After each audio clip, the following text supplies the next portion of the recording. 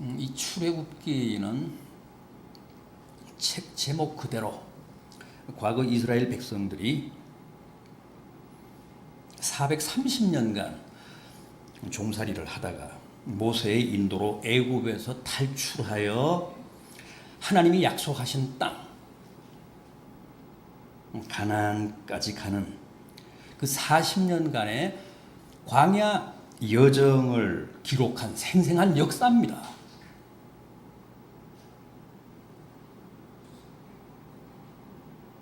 그렇다면 우리의 역사도 아니고 지금으로부터 3500년 전에 아득한 고대 이스라엘 역사인데 왜 오늘 우리가 주목하며 이렇게 상고해야 할까요?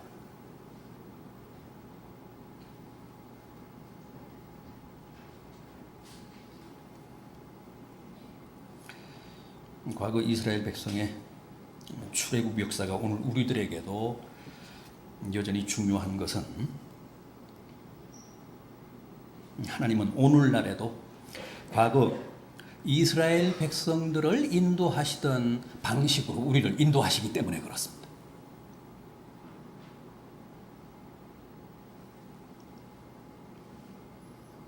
그래서 우리가 이스라엘의 지난 역사에 관심하며 그들의 과거사를 공부하며 과연 그때는 하나님이 당신의 택하신 백성들을 어떻게 인도하셨는지를 확인해 보는 겁니다. 그게 오늘 우리들에게 도움이 되기 때문에 그렇습니다. 우리들에게 꼭 필요하기 때문에 그렇습니다. 자, 어떻게 하셨다고 합니까? 출애굽한 이스라엘 백성들을 하나님이 어떻게 인도하셨다고 합니까? 우선 가까운 지중해 해안길, 지중해 올레길을 두고 먼 광야길로 돌아가게 하셨다고 합니다. 본문 17절, 18절을 보십시오. 바로가 백성을 보낸 후에 블레셋 사람의 땅의 길은 가까울지라도 하나님이 그들을 그 길로 인도하지 아니하셨으니 이는 하나님이 말씀하시기를 이 백성이 전쟁을 하게 되면 마음을 돌이켜 애굽으로 돌아갈까 하셨습니다. 그러므로 하나님이 홍해의 광야길로 돌려 백성을 인도하시매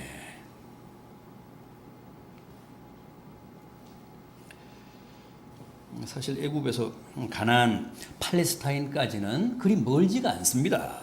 먼 길이 아닙니다. 더구나 당시 이스라엘 백성들은 애굽의 북쪽 지방인 고센 땅에서 살았고 출애굽을 할 때도 그 고센 땅 람셋에서 출발을 했습니다. 지도를 보시면 알지만 애굽의 최북단에는 지중해가 있고 그 지중해 인접 지역이 고센 지방인데 고센 땅인데 고센의 동북 쪽에 가나안이 있습니다. 팔레스타인이 있습니다.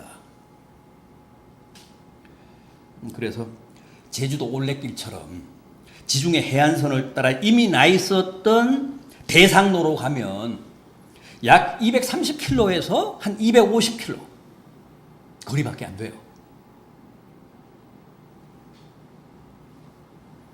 따라서 그 길을 이용하면 아무리 60만 이상 200만 정도 대군이었다고 해도 성인 남자만 계수해서 60만이었고 뭐 어린 아이들도 있었고 여자들도 있었으니까 한 200만쯤 됐겠죠. 이스라엘 백성들이 당시. 그 200만이 움직였다고 해도 일주일이나 열흘 아니면 보름이면 충분히 갈 수 있는 거리입니다.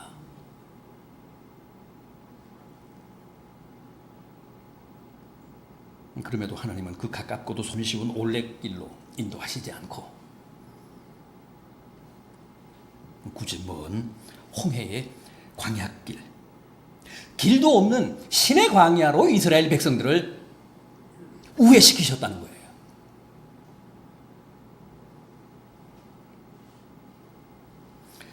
홍해의 광야길, 신의 광야는 지중해 올레길과는 정반대입니다. 가나안은 북동쪽에 있고 시내 광야, 시내 반도는 남동쪽에 있습니다. 그러니까 완전히 반대 방향인데 하나님이 이스라엘을 그 길로 가나안과는 정반대 방향으로 북쪽으로 가야 되는데 남쪽으로 이끄셨다는 거예요.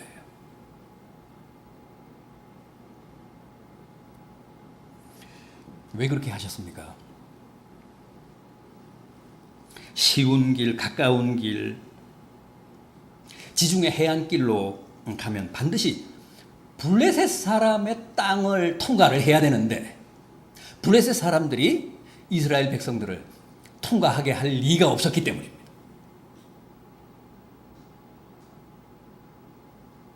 팔레스타인과 애굽 사이에는 블레셋이 있습니다.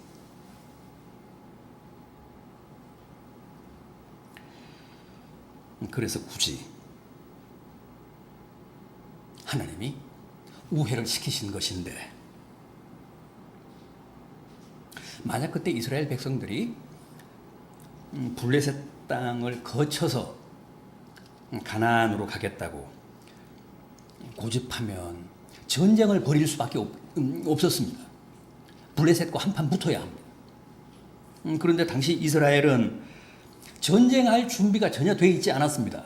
400년간, 430년 동안 애굽에서 이집트에서 종노릇만 했잖아요. 노예로 살았잖아요. 전쟁 경험이 없습니다. 그리고 이렇다 할 무슨 무기도 하나 없습니다.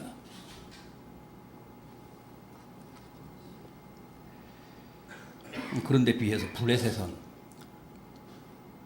전쟁에 아주 능한 대단히 호전적인 민족 아니었습니까? 블레셋은 전통적으로 전쟁의 달인들이었습니다. 골리앗이 블레셋의 장수 아니었습니까?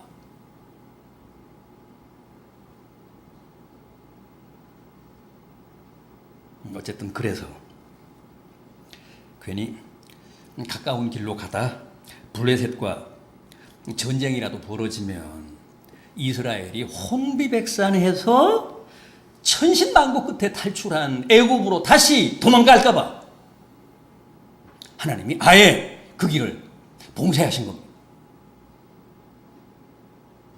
지중해 올레길로 못 가게 하시고 남쪽으로 이렇게 우회를 시켜서 광야길로 내모셨습니다.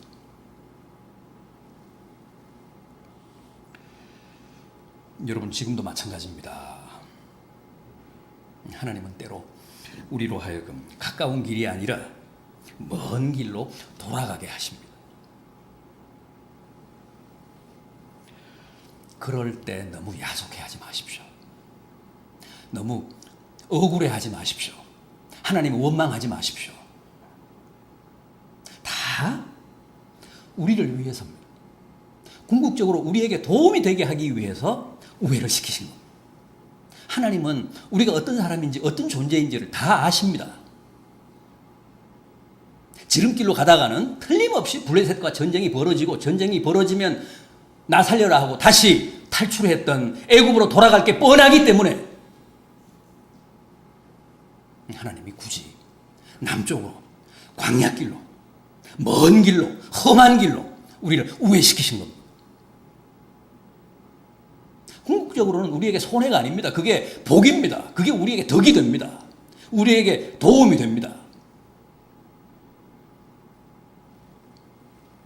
다 우리를 우회시킬 때는 이유가 있습니다. 하나님의 깊으신 뜻이 있습니다. 가다가 블레셋을 만날까 봐. 블레셋이 무서워서 다시 애굽으로 도망칠까 봐. 하나님이 우리를 먼 길로 우회시키신 겁니다. 하나님은 우리가 감당할 수 있는 시험은 허락하시지만 감당할 수 없는 시험은 어떻게 하신다고요? 사전에 그 시험을 피하게 하신다고 했습니다. 피할 길을 열어주신다고 했습니다. 이게 하나님이 우리에게 허락하시는 놀라운 축복입니다. 하나님은 꼭 우리가 감당할 수 있는 시험, 우리가 이길 수 있는 시험만 허락하십니다. 우리가 이길 수 없는 시험이 우리 앞에 있으면 사전에 우리를 우회시키십니다. 그래서 우리는 절대 시험에 안 빠집니다. 우리가 시험에 패할 수가 없습니다. 그럼에도 현실적으로 시험에 판판이 우리가 지는 이유가 뭡니까? 지레 백기를 들기 때문에 그렇습니다. 항복 선언을 하기 때문에 그렇습니다. 맞붙어서 싸우면 우리가 이길 시험인데 우리는 겁보기 때문에, 우리 겁이 너무 많아서 사전에 두 손을 듭니다. 항복, 투항을 해버립니다. 그래서 충분히 이길 수 있는 시험인데도 우리가 항상 집니다.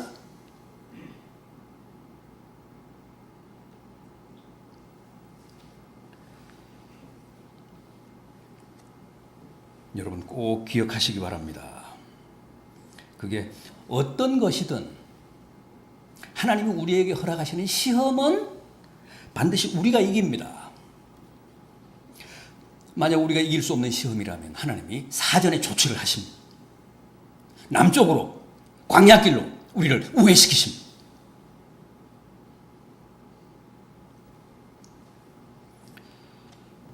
아예 우리가 감당할 수 없는 시험은 우리로 하여금 맞닥뜨리게 하시지 않습니다.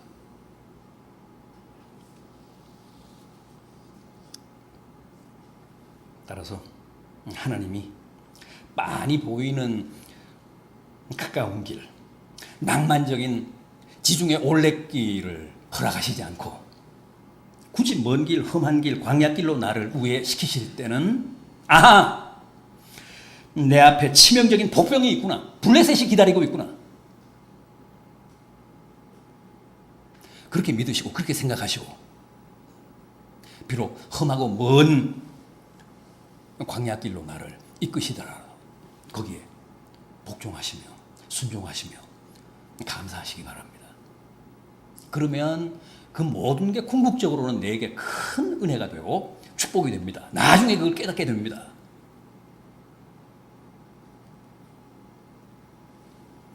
또 있습니다. 하나님이 이스라엘을 우회시키시고 무려 40년간이나 광야를 유랑하며 온갖 고난을 다 겪게 하신 또 다른 이유 뭡니까? 오합지졸인 그들을 훈련하시고 단련하시고 연단하시기 위해서라고 했습니다.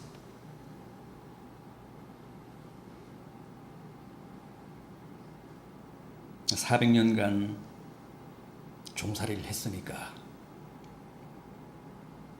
그 몸에 배인 노예 근성이 오죽했겠습니까? 그 비굴한 종의 정서가 오죽했겠습니까? 그걸 다 털어내라는 겁니다. 그걸 벗어버리라는 겁니다.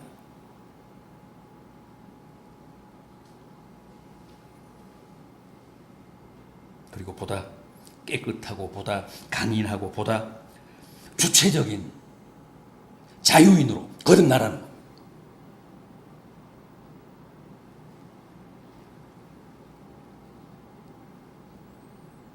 그래서 험한 광야길로 이끌어내서 이스라엘로 하여금 그 혹독한 유격을 받게 하신 겁니다. 오늘 우리도 그렇습니다. 출애굽을 시키셨으면 세상의 종으로부터 죄의 노예로부터 우리를 불러내셔서 하나님의 백성으로 거듭나게 하셨으면 하루라도 빨리 가나안에 하루라도 빨리 천국에 입성하게 하시는 게 좋은데 그래야 그게 맞는데 그렇게 하시지 않고 이 고된 광야 생활을 계속하게 하시는 이유는 그동안 우리 몸에 켜켜이 쌓인 애굽의 때, 세상의 때를 말끔히 벗으라는 것. 나쁜 노예 근성, 체질화된 죄의 종의 습성을 다 털어내고 가나안의 천국에 들어가 영원히 하나님의 자녀로 살아가기에 부족함이 없는 모습으로 변화되라는 겁니다. 성화되라는 겁니다.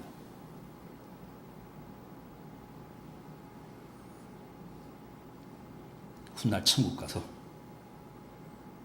아무런 이질감 느끼지 않고 아무런 문화적 충격 없이 그 거룩한 환경에 잘 적응하며 살아갈 수 있도록 새로워지라는 겁니다.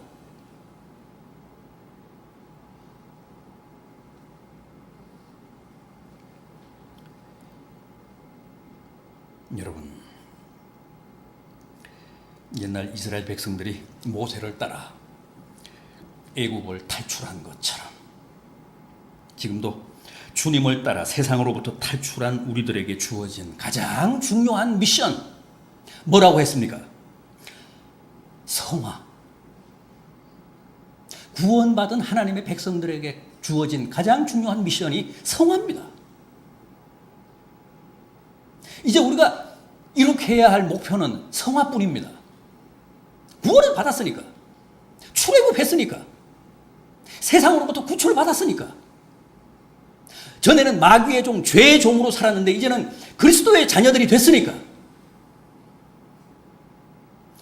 천국 가기 전까지 열심히 주님의 거룩한 모습을 닮아가는 성화가 우리에게 주어진 지상 목표입니다.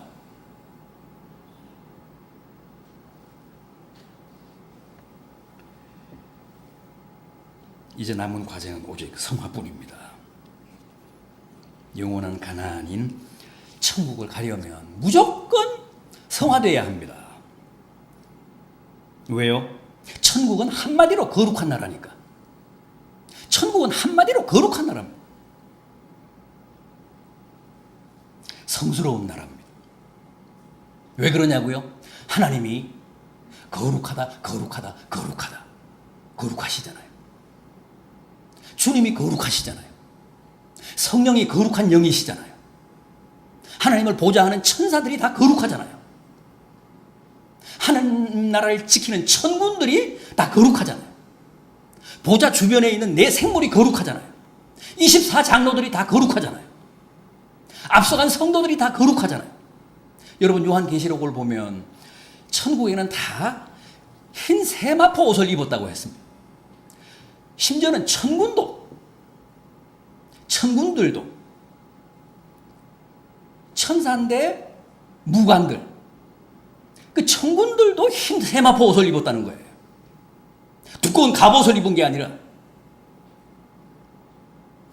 앞서간 성도들도 다 흰 세마포 옷을 입었다고 합니다. 무슨 뜻입니까?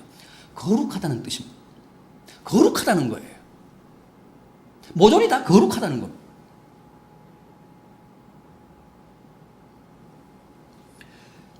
그래서 그 세계에 들어가기 위해서는 우리도 거룩해야 합니다.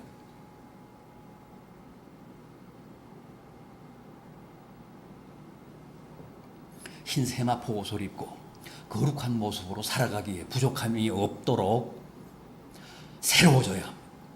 변화되어야 합니다. 조금이라도 더 변화되게 하기 위해서 구원받은 우리를 아직도 이 광야에 두고 계신 거예요. 우리가 아직 이 땅에 살아가고 있다는 것은 거룩을 위해서 하나님이 우리에게 말미를 주셨다, 그렇게 생각하셔야 돼요.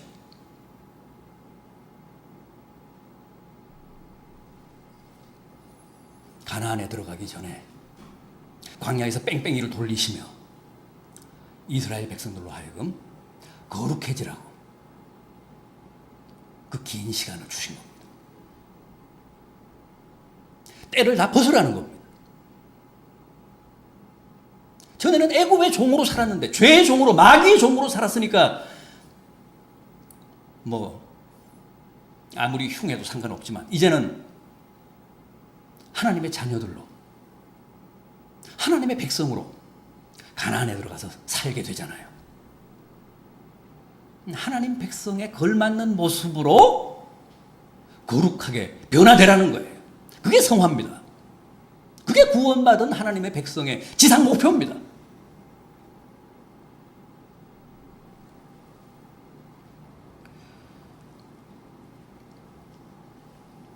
부디 성도, 우리 믿는 사람들을 성도라고 하잖아요. 거룩한 백성. 그 성도라고 하는 호칭의 이름에 걸맞게 날마다 조금씩이라도 거룩한 모습으로 변화되는 성도들이 되시기를 진심으로 바람하지 않습니다. 자, 기본적으로 이런 필요 때문에 하나님이 출애굽한 이스라엘 백성들을 먼 광야길로 우회시키셨다는 것인데, 그 다음에는 또 어떻게 인도하셨다고 합니까? 구름 기둥, 불 기둥으로 인도하셨다고 합니다. 21절 이하를 보십시오. 본문 21절 이하. 여호와께서 그들 앞에서 가시며 낮에는 구름 기둥으로 그들을 인도하시고 밤에는 불 기둥을 그들에게 비추사 낮이나 밤이나 진행하게 하시니 낮에는 구름 기둥, 밤에는 불 기둥이 백성 앞에서 떠나지 아니하니라. 낮에는 시원한 구름 기둥으로 살인적인 사막의 폭염을 막아주시고, 또 밤에는 불 기둥으로 광야의 추위로부터 이스라엘 백성들을 따뜻하게 지키시고 보호해 주셨다는 겁니다. 신의 광야는 낮에는 40도에서 49도까지 올라간답니다. 살인적입니다. 또 밤이 되면 영상 10도까지 떨어지고 때로는 영하로도 기온이 내려간다는 거예요. 그래서 일교차가 40도씩 된다는 거죠. 도저히 사람이 살 수 없는 그런 환경입니다. 그렇게 극단적인 환경이었기 때문에 하나님이 무려 40년간 낮에는 구름 기둥 에어컨으로, 밤에는 불 기둥 히터로 그들을 지키셨다는 거예요. 그들을 보호하셨다는 겁니다. 그러니까 이스라엘 백성들은 지금으로부터 3,500년 전인데 그 광야에서 이미 에어컨의 혜택, 히터의 혜택을 누리며 40년간 광야를 유랑했습니다.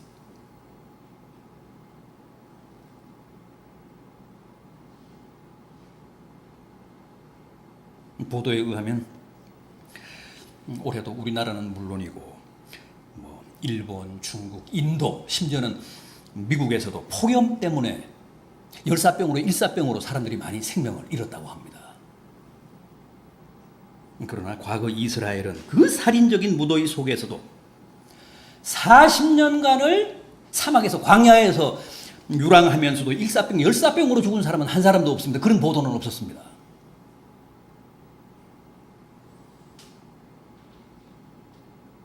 밤에 추위 때문에 저체온증으로 죽은 사람도 한 사람도 없었습니다. 물론 광야에서 죽은 사람들 많습니다. 거의 다 죽었습니다. 1세대는.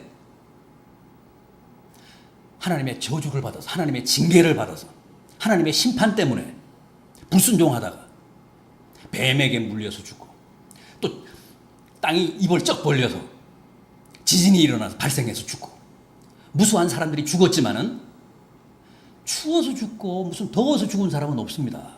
굶어 죽은 사람 없습니다. 헐벗어서 죽은 사람 없습니다. 심지어는 40년간 옷을 입고, 똑같은 옷을 입고 있었는데 이게 낡아서 헤어지지 않았다고 했습니다.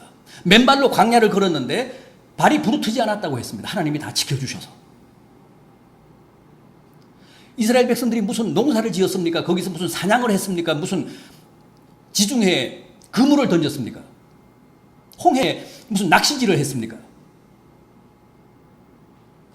하나님이 만나를 주셨고 메추라기를 주셨고 반석에서 샘물이 터지게 하셨고, 그래서 굶어 죽은 사람 없습니다. 헐벗어서 죽은 사람 없습니다. 40년간 확실하게 하나님이 그들의 생활을, 그들의 삶을 보장해 주셨습니다.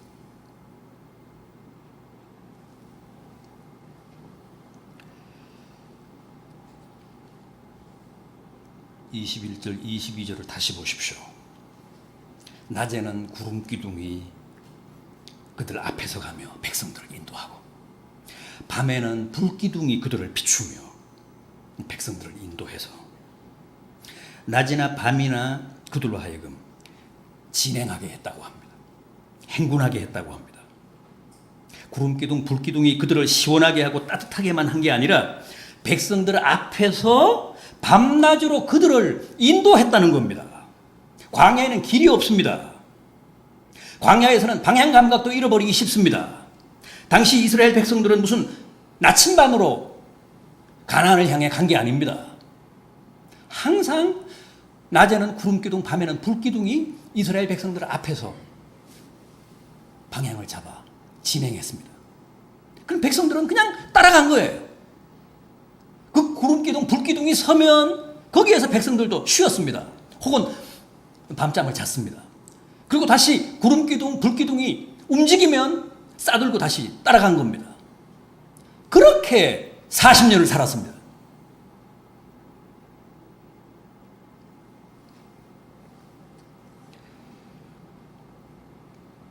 여러분, 오늘날도 꼭 같습니다. 마찬가지입니다. 하나님은 지금도 우리를 낮에는 구름기둥으로 인도하시며 우리를 보호하십니다. 폭염이 우리를 해치지 못하도록, 낮에 해가 우리를 상하지 못하게 하도록, 밤에는 불기둥으로 우리를 인도하시며 또 지키십니다. 영적인 세계라 우리 눈에는 안 보이지만 하나님은 이 시대에도 여전히 구름기둥, 불기둥으로 우리를 여기까지 인도해 오셨습니다. 우리를 여기까지 보호하시고 지켜오셨습니다. 앞으로도 마찬가지입니다. 가나안 문지방까지, 가나안 문턱까지, 저 천국 문턱까지 우리를 구름기둥, 불기둥으로 밤낮으로 인도하시고 지키실 겁니다.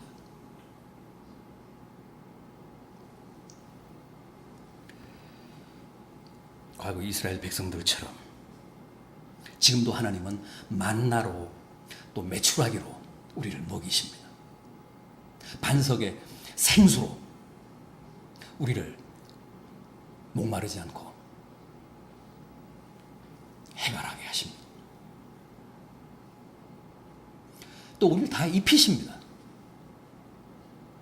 이게 낡지 않게, 또 발이 부르트지 않게 우리의 건강도 챙기십니다.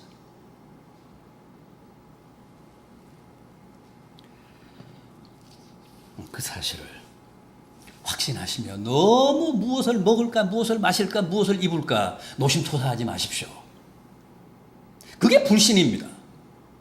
하나님이 다 약속하셨고 하나님이 다 먹이시고 입히신다는데 너무 그런데 연연하면 그거야말로 불신앙입니다. 하나님의 존재를 인정하지 않는 거 아닙니까?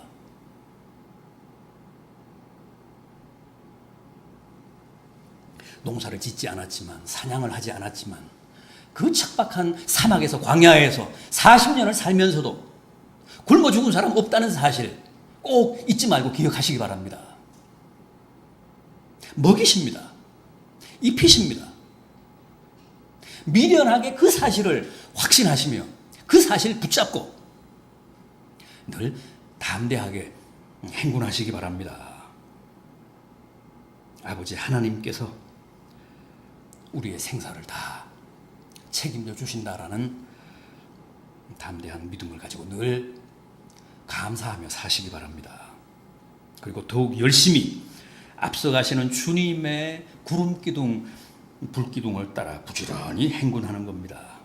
그래서 모두가 끝까지 길을 잃지 않고 또 낙오하지 않고 저 가나안까지 안전하게 행군하시는 복되고 성공적인 성도들 되시기를 진심으로 기원합니다.